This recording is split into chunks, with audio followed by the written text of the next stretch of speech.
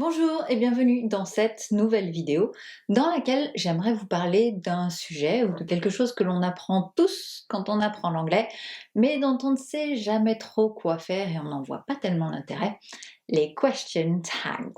On voit ça tout de suite.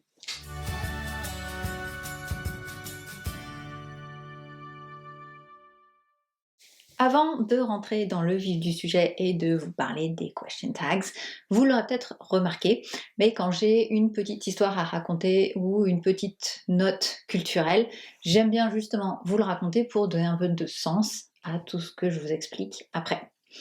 Donc là, il ne s'agit pas exactement des question tags, mais ça explique, ça permet de comprendre la différence entre le français et l'anglais. Ça remonte à l'époque où j'étudiais l'anglais pour passer le Cambridge First, qui, si je ne m'abuse, est l'équivalent du B2. Et ma prof d'anglais, nous reprenait souvent sur les réponses que l'on faisait, en nous disant non, en anglais, on répond pas comme ça. Et donc, on avait souvent tendance à répondre tout simplement par un oui ou par un non à ces questions. Et elle nous disait, mais non, non, enfin, en anglais, et c'est vrai, je l'ai constaté par la suite, on a tendance à plus, on va dire, arrondir les angles ou plus enjoliver la réponse.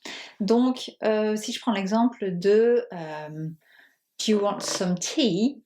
Do you want some tea? Je vais pas juste répondre yes. Je vais dire yes, please. Oh yes, thank you. Mais c'est pas juste un yes. Tu veux du thé? Oui. Ou alors, pour un exemple peut-être un petit peu plus vaste, Have you seen Mark's email? Have you seen Mark's email? No, I haven't. Donc on va pas juste dire est-ce que tu as vu l'email de Marc? Ah non. Non, je ne l'ai pas vu. Donc c'est bien de comprendre ça parce que ça explique, ça permet de se rendre compte de l'importance du petit plus qu'on rajoute en anglais pour donner les formes, tout simplement, à nos phrases, à nos questions, à nos réponses. Voilà pour la note culturelle. On passe aux question tags. Comment former les question tags? Il y a 5 choses à savoir, mais 5 choses très rapides. Hein. C'est pas genre je vais vous faire un speech de 2 heures sur ces 5 choses.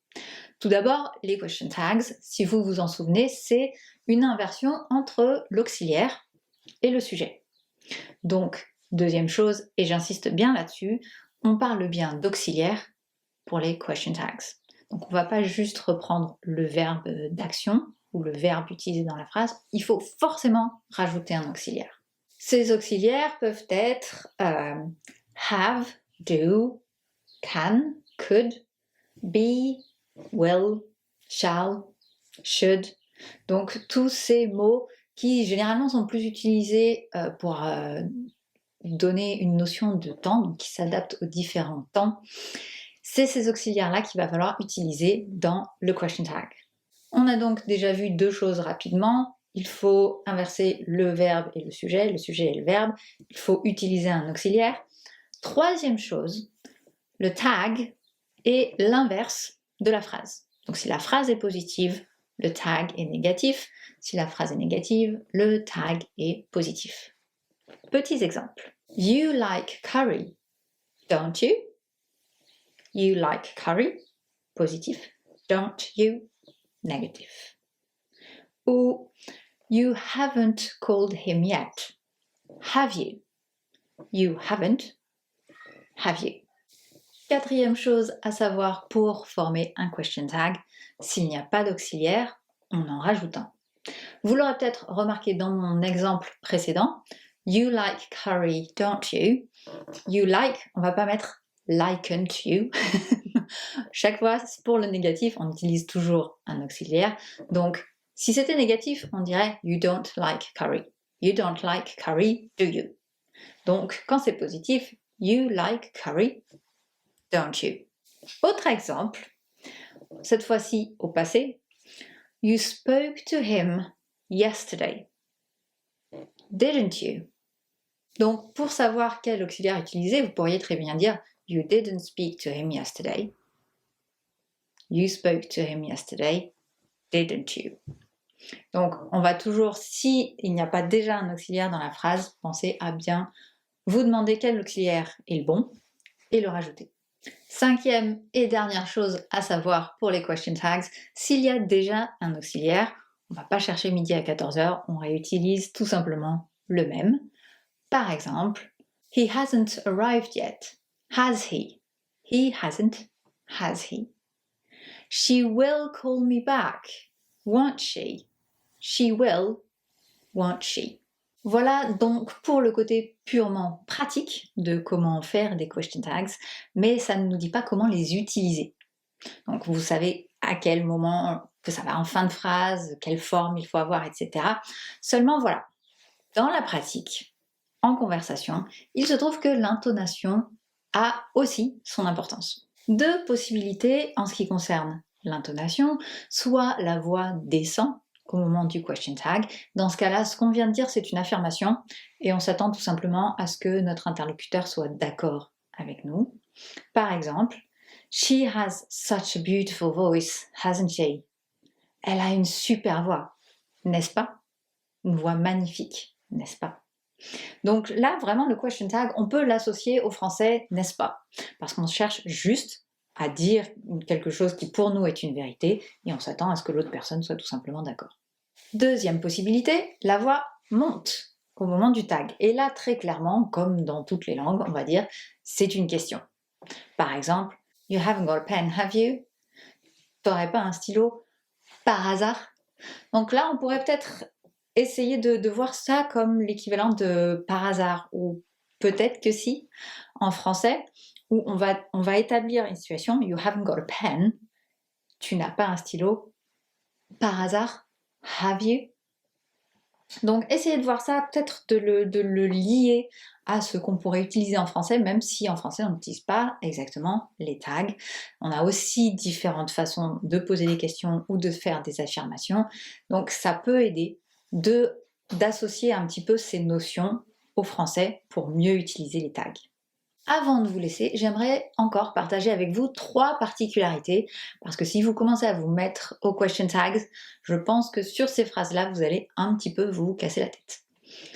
La première phrase, si la phrase commence par let's, qui est une invitation à faire quelque chose. Let's. Comment est-ce qu'on fait un question tag pour ça? Eh bien, let's, le question tag sera shall. Et dans ces deux cas, effectivement, on est dans du positif. Par exemple, let's take a break, shall we? On fait une pause, ça te va? Ou quelque chose comme ça. Let's take a break, shall we? Deuxième particularité, don't. Don't, qui est une interdiction ou un encouragement à ne pas faire quelque chose. Eh bien, le tag, c'est will. Totalement imprévisible. Par exemple, don't ruin the surprise, will you? Don't ruin the surprise, will you? Ah, s'il te plaît, ne ruine pas la surprise, ok? Donc on pourrait un petit peu essayer de le traduire ou de le comprendre comme ça.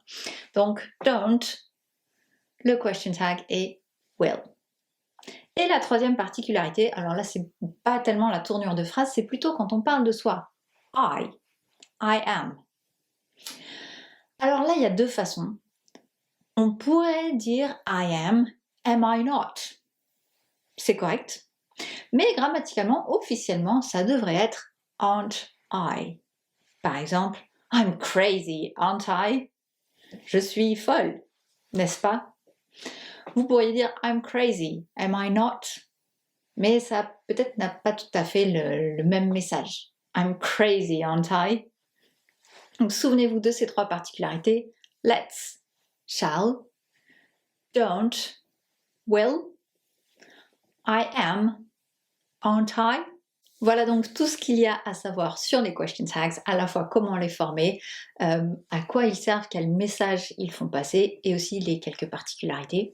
La plus grosse difficulté pour vous maintenant, ça va être de les intégrer à votre conversation. Ça reste un effort pendant un certain temps.